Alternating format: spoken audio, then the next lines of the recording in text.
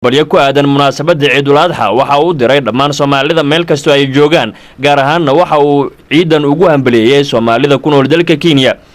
safiirka warbaahinta kula hadlaya xarunta safaaradda ayaa waxa uu shacabka Soomaaliyeed kula dardaarmay inay istaakulayaan munaasabada ciida isla markaana si aad loogu gargaaro dadka dhibaataysan safiirka oo arimahan ka hadlaya waxa hadaladiisii kamid ah Assalaamu calaykum bismillahir rahmaanir rahiim maanta maalintii koowaad Ciidul Adha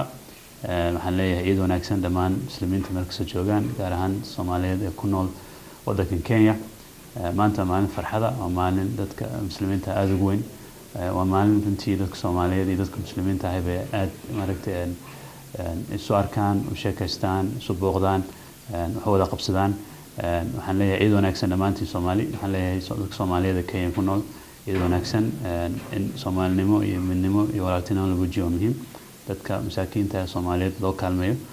dadka dhibaataysan dadka xanuunsan ee loo duceeyo wixii loo qaban karo loo qabto gacmaha la isqabsado iyo Soomaalinimo iyo midnimo laga shaqeeyo aad u mahadsantihiin safaaradda ku soo dhawaada waxa la leeyahay u baahan tihiin oo u baahan ka soo gal safaaradda oo noo iman kartaan waa jirta aad iyo aad dadka dhadhaab jooga dad badan baan la xiriirnay waxa baan u dirnay ka farxad geliya oo dad badan oo Soomaaliyeed dhadhaab jooga xiriir qaxootiga iyo ayaan u dirnay waxay ku ciidaan sidoo kale waxaan tagi maanta gelinka waxaan tagi doonaa meesha la yiraahdo Mombasa waxaan soo booqan doonaa xabsiga ay ku jiraan dadka Soomaaliyeed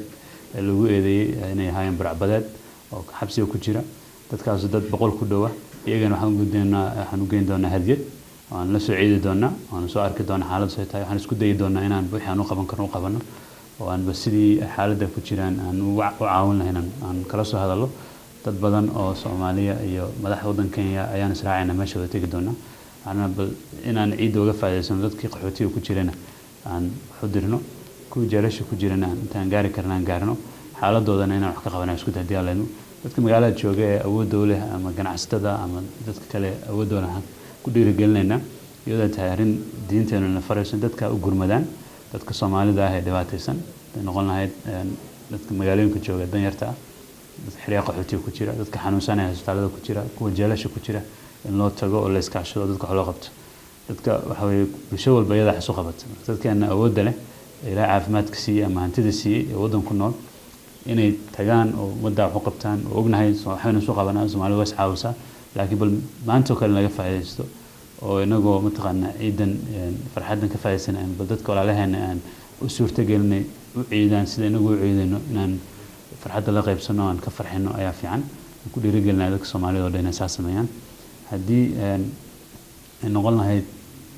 dad loogu tago jeelasha ama xarumaha caafimaadka ama guryahooda ama waxa la waxa kari kartaan qof kasta kari karo inuu sameeyo ayaan ku dhiirigelinaa runtiina waa wanaagsan diinteena na faraysa dhaqankeena na faraya ma santiin Umar Caaqil telefishinka qaranka Soomaaliyeed Nairobi